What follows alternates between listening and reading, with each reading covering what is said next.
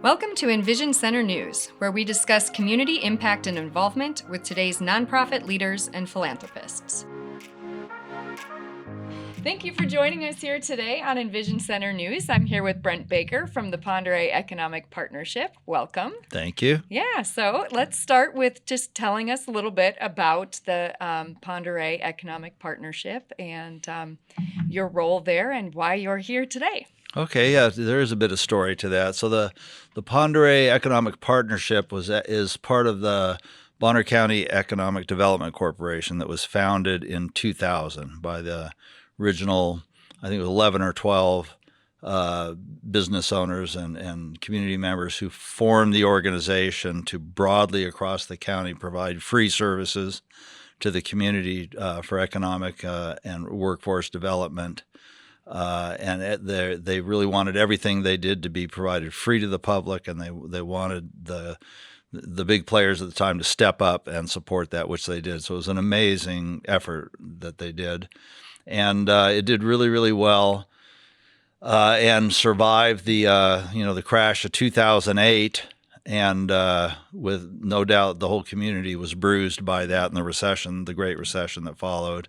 And then it rebuilt again and kept going, and then we had the COVID hit, and then the threat of the inflation and possible recession following that. So it's been through a lot. In 2022, I think it was, through the 21 and 22, through a grant provided by the city of Sandpoint, they got together and did a kind of a rebranding, a revisioning, a new strategy document, and new bylaws. And at that time, they took on the DBA of the Pend Oreille Economic Partnership, that better describes what they do and the region they serve. And they had been mistakenly thought of as being part of Bonner County government, which we are not. We're a 501c6 nonprofit.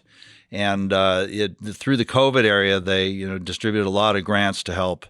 In collaboration with the city of Sandpoint and with a lot of the local businesses, helped a lot of the Main Street businesses with $5,000 grants to get through the tough times.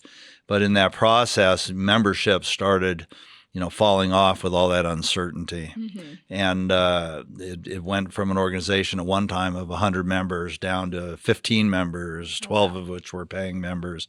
And it really needs to get back up to where it was. And the only governmental entity that's actively a member of the city of Sandpoint, and really it's serving the county. So we want to get all 9 cities involved again under the economic partnership, and along with Bonner County.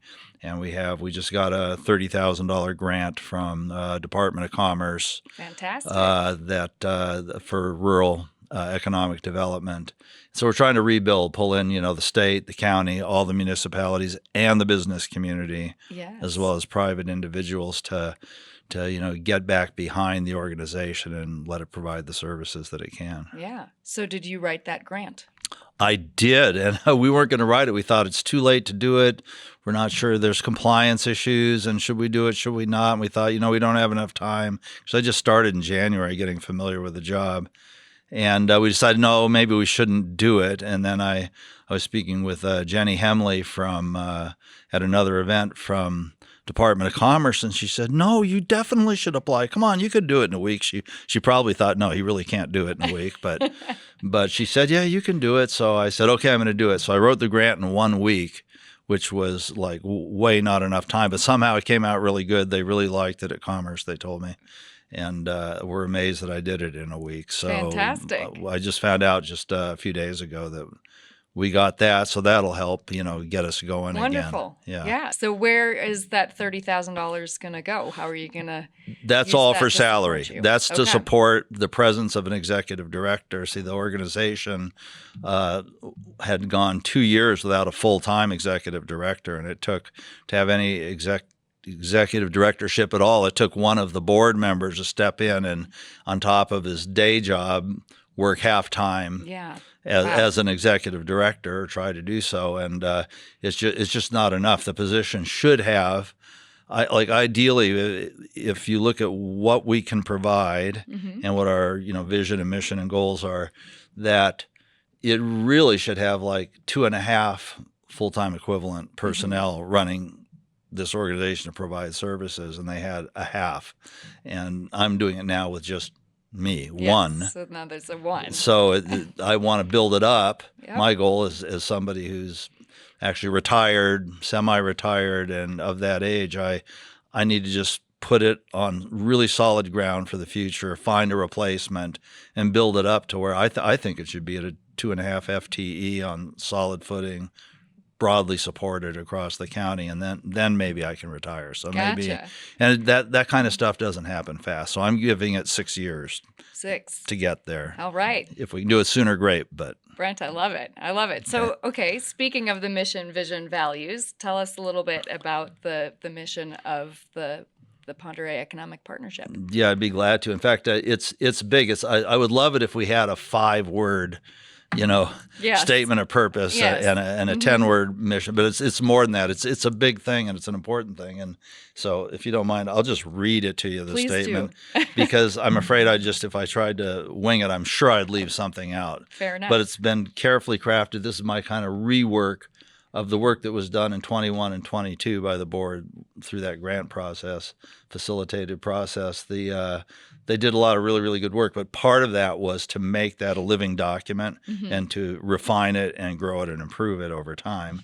And so we'll be working on that continuously. But I would say our vision statement, and they didn't prepare a vision statement per se. They had some purpose statements and mission statements, but I put our vision, and this is a work in progress, is for abundant opportunity and prosperity for our citizens, businesses, and community organizations, while preserving and protecting the natural environment that gives us a true 4-season recreational wonderland that is the envy of all and a major contributor to our quality of life. So that's our vision for the future. Our mission is to work broadly across the community to develop a vibrant economy of diverse businesses and industries that offer quality job opportunities and help build prosperity for all in Bonner County, to be a resource to our nonprofit communities, and to be the connective tissue that binds our businesses, community organizations, 9 municipalities, and the county all together. Big. Big. Very big. Yes. Very needed. And really exciting, honestly. I think so, too. Yes. So let's keep going. So you've been doing this just since January, which is remarkable because you hosted a big summit not too long into your working at the partnership. So let's talk about just your role since you've started and how big of a whirlwind it's been. You've written a grant. You've received $30,000. You had 60 people come to your summit. I think you're killing it, Brent. Oh, thank you. Thank you. It's been, in a way, I sit here and think like, I'm not getting enough done. But people keep supporting me and telling me, no, you've done a lot in the short time you've been in there. At first it's been hard because the volunteers, it was running a lot on, the volunteerism of, if you will, of the key membership that got it through the pandemic. And as you know, in any kind of community endeavor, when it's all volunteer based, if the same volunteers tend to burn out. They have family life, they have personal life, and they have their business life, and it becomes hard. And I think when I stepped in, everybody went like, "Oh, good, finally we got that executive director." And then it's been difficult to wrap my head around what is the job, what's been done before, where is everything, how do we get it going? But then also challenged with quickly getting in funding, quickly hosting the summit, and getting a permanent office. Now we're here at the EnVision Center, which is a fantastic opportunity. I'm really excited about that. Yeah, we're pleased to have you. That's for certain. Oh, thank you. Yes. And so I guess it is a lot for a half a year, but it's been a learning curve. I just came back from the Northwest Community Development Institute, a week in Boise. I was there Sunday through Friday of the week before this previous week, and that was a great experience. It was people from Washington, Oregon, and Idaho, sponsored by the Departments of Commerce in Idaho and Oregon. So it's a 3-year class leading up to certification, which I'm really not concerned with the certification at this stage of my career, but I do want to learn, what it is I don't know and what are the resources and how can I do better. And the networking was phenomenal in my class that I was in. There were 40 participants from all over the Northwest, all of whom are there to help each other. And so there's this incredible network developed, out of the blue. It was just amazing, and including a lot of people at Commerce. So that was a real positive. And so now I feel like we're getting ready. Now that we have this new conference center here at the EnVision Center, I'm really excited because instead of every time I want to put on a class to help our business or organizational community, instead of having to find and schedule a space, like here it is available to us, ready to use. It's absolutely perfect. Yeah. So, we're looking forward to, expanding the membership now and getting the class series rolling. So we'll probably start out with a business optimization class for entrepreneurs and small businesses, and I hope to have that, going. Probably the first one will be in September, I'm hoping. So Fantastic. Well, I know 2 people who will be in attendance. yes, Tucker and myself. oh, great, wonderful, awesome. Yeah. So I wanted to talk about 2 of those things that you mentioned. First was the Department of Commerce, and I just need to make a plug for the Department of Commerce because I have never reached out to a state organization and received such quick and effective communication. Holy Toledo. Yeah, Yeah. they were phenomenal. And then also I wanted to talk to you just about your background and what qualifies you for this job and your experience in the business world and how you came to this position. Okay, thanks. Yeah, I've been here a long time. I moved here in 1977 and went into business for myself in the fall of 77 and was continuously in business, self-employed in either companies I started or co-founded and that I was at least a part owner of, if not the sole owner, over that period of time. So about a 40-year run. And then I did a little bit of consulting, worked for another company for 4 years, and then went back to being self-employed. So I've all told, I've been working here 46 years, 42 of which were as an entrepreneur, business owner, and but also very involved in my community. During those years, I was on the school board, served as school board chairman back in the 90s, and before that was a fire district commissioner, and we wrote a grant and got a big grant, and then we took the Sago Fire District, which was a volunteer fire district, to a taxing entity, and eventually it, merged in and eventually became Selkirk Fire District. So I was involved with that.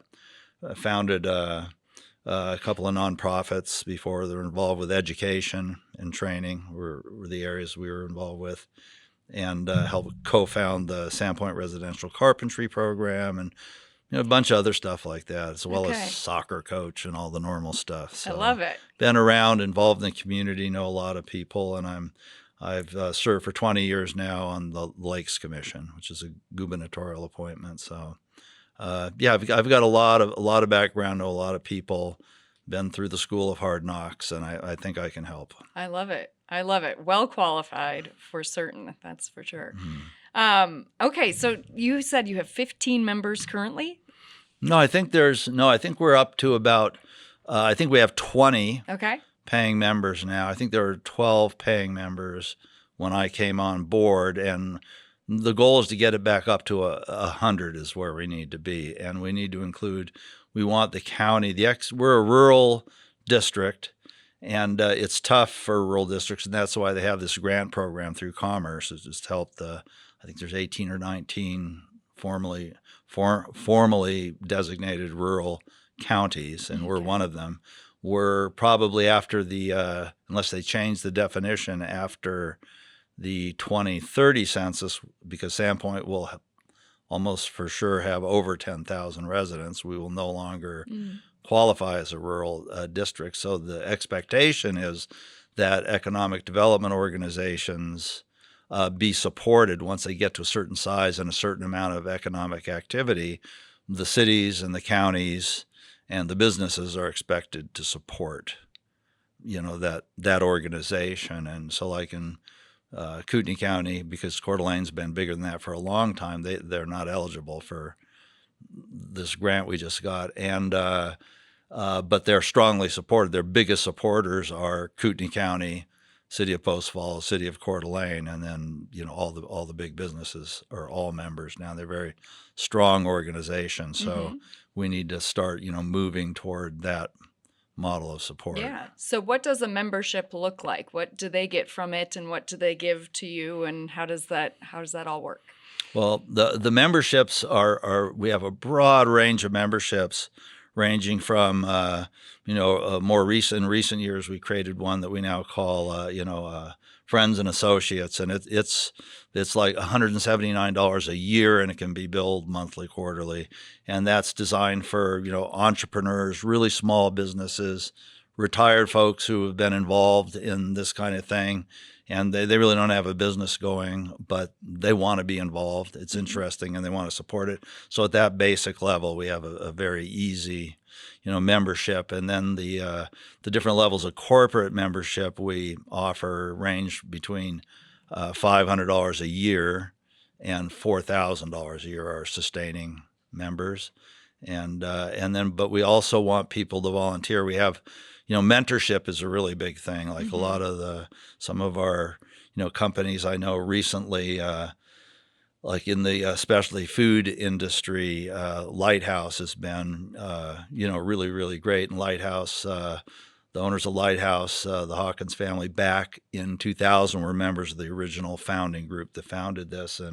And when companies come in here and relocate, they're really helpful in reaching out and sharing resources to help. They don't say, oh, that's competition. No, they say, this is strengthening our community. So they do all they can to help new people coming in. They've been fabulous.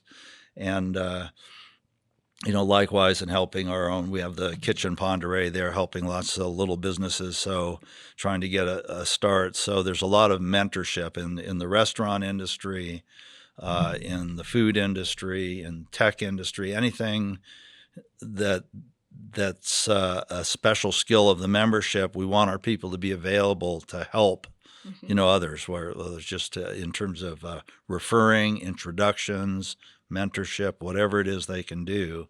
And then sometimes, like, we need sponsors to put on the summit. Everything we do, we provide for free, although we do charge now for the summit. It's expensive to put it on. And so we need sponsorship there because the ticket prices don't cover the cost of putting that on. So in addition to membership, we ask, as well for sponsorship when possible. Great. And I don't know, did that answer your question? Yeah, I think so. Okay. I think it did. Yeah.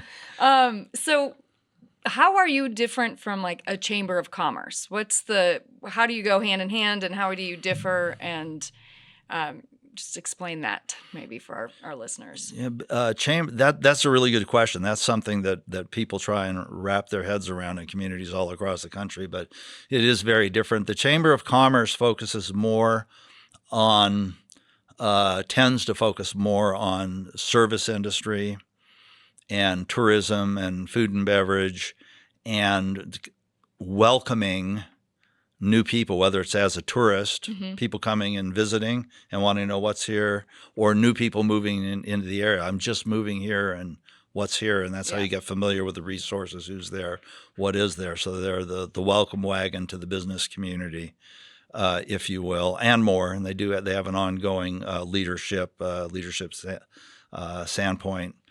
program.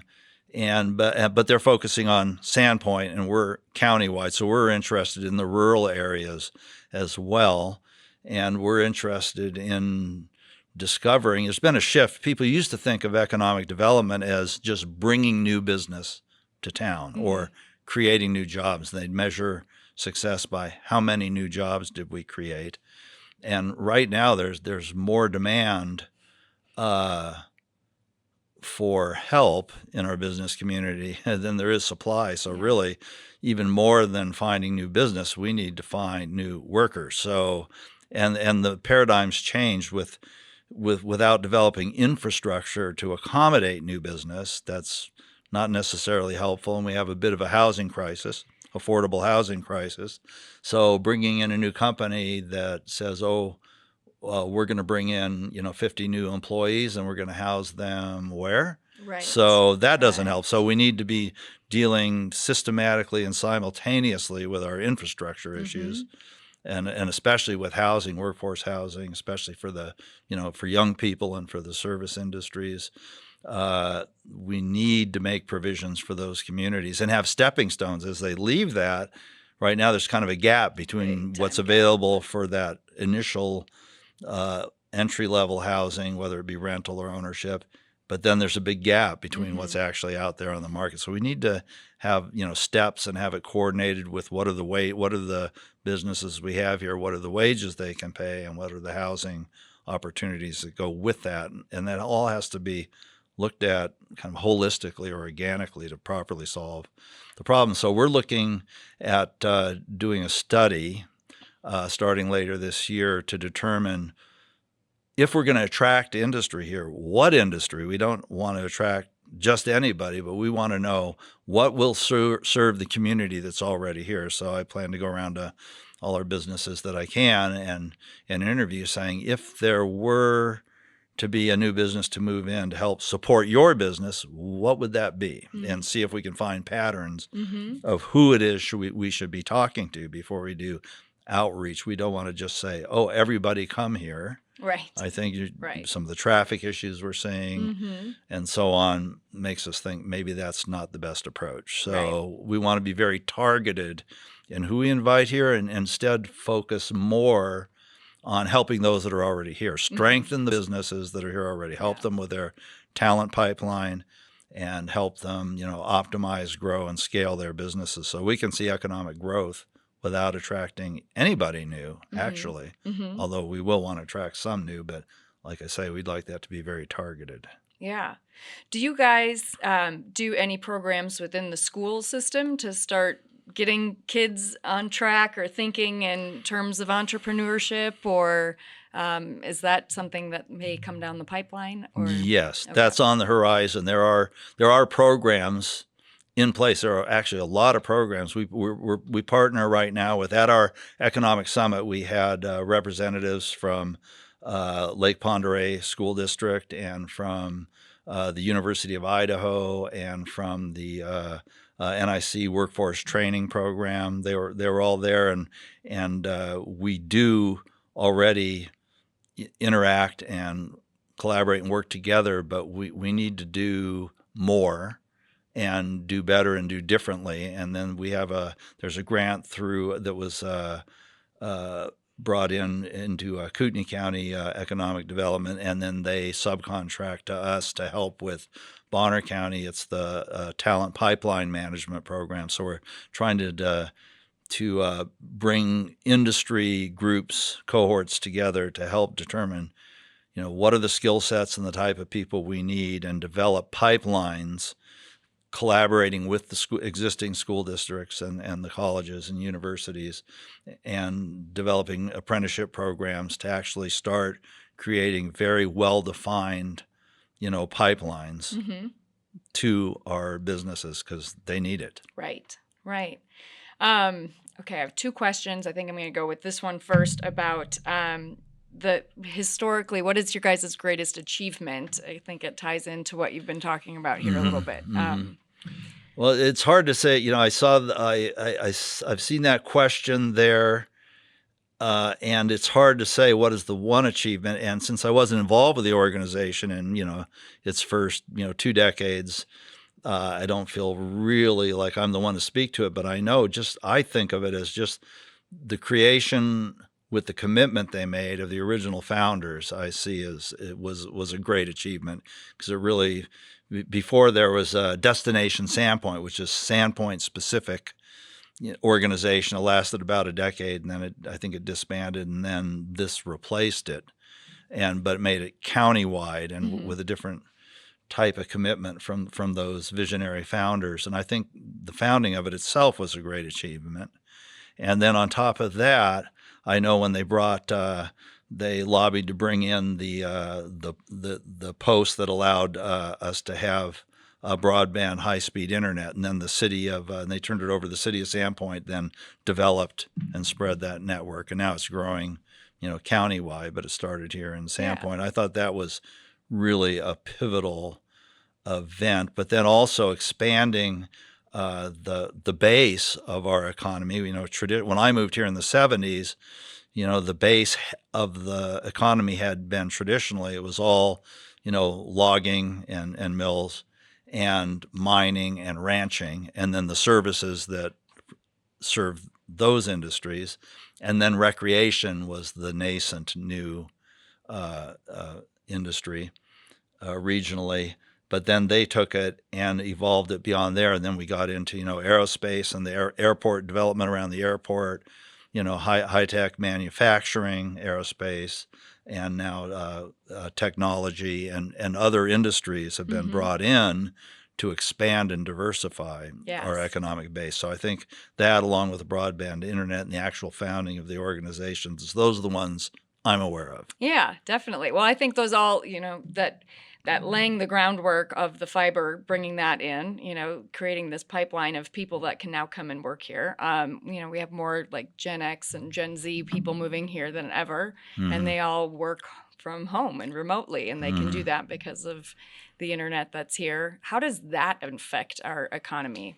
People who work remotely and live here. What does that do to us? Well, I think it's a great opportunity, we really need that broadband expanded further. I mean, we're doing really well in our more urban centers in our rural county, but most of the people in the county, something like 3/4 of the people in the county live rurally and don't have high speed fiber broadband. And so there are grants occurring right now. There's a lot of infrastructure grant money being awarded right now. It's very competitive. There's a lot of people going after it, but we really need to see that happening. Like where I live down in Carywood, and I am a long ways off from, I hope I live long enough to ever see it, but I would like to down at my place. But it's a great thing because a lot of people moved here to live rurally, but need to support themselves and really don't want to have to drive half hour each way, which is a lot of miles here. And in terms of, climate change and people being on the road and consuming fuels, it keeps things more efficient. Everybody's saving over an hour a day of their precious time. With the child care crisis, it means you can work at home, you can take care of children, you can do there's a lot of subsistence farming and agriculture and horticultural activity on smaller acreages. Anywhere from 2 to 40 acres is very small in the agricultural world, but you can't necessarily fully support yourself on anything you do on those kind of acreages. So you need to supplement. But if you don't have to drive and you can take care of children but be productive and contribute to society, it makes a huge difference getting broadband accessible to our rural communities. I see as a big priority. Yeah, absolutely. So let's see. Is there anything that you would like to tell our community of listeners about how they can support you or learn more about your efforts or what's coming down the pipe?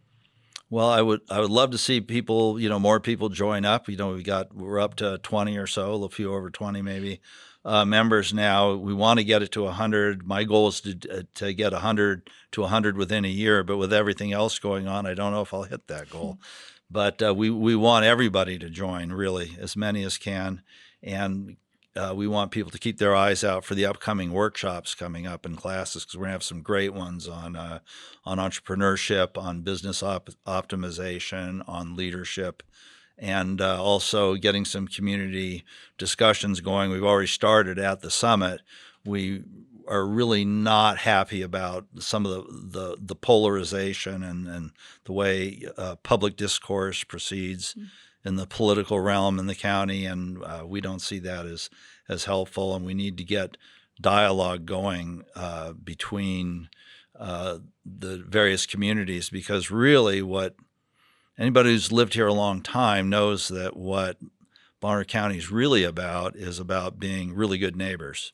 And sometimes we just respect each other's privacy. It doesn't mean we're all in each other's business all the time, but I know from experience when a neighbor's in need, our neighbors are there and we take care of each other. And that's the real Bonner County. So we need to get back to talking just like we're neighbors. And so Yeah. that's going to be an initiative, is getting people to talk to each other, Mm-hmm. be neighbors, and not fight with each other. Yep. So that's on tap too. Yep. I think that's part of the Community Resource EnVision Center's goal as well. Wonderful.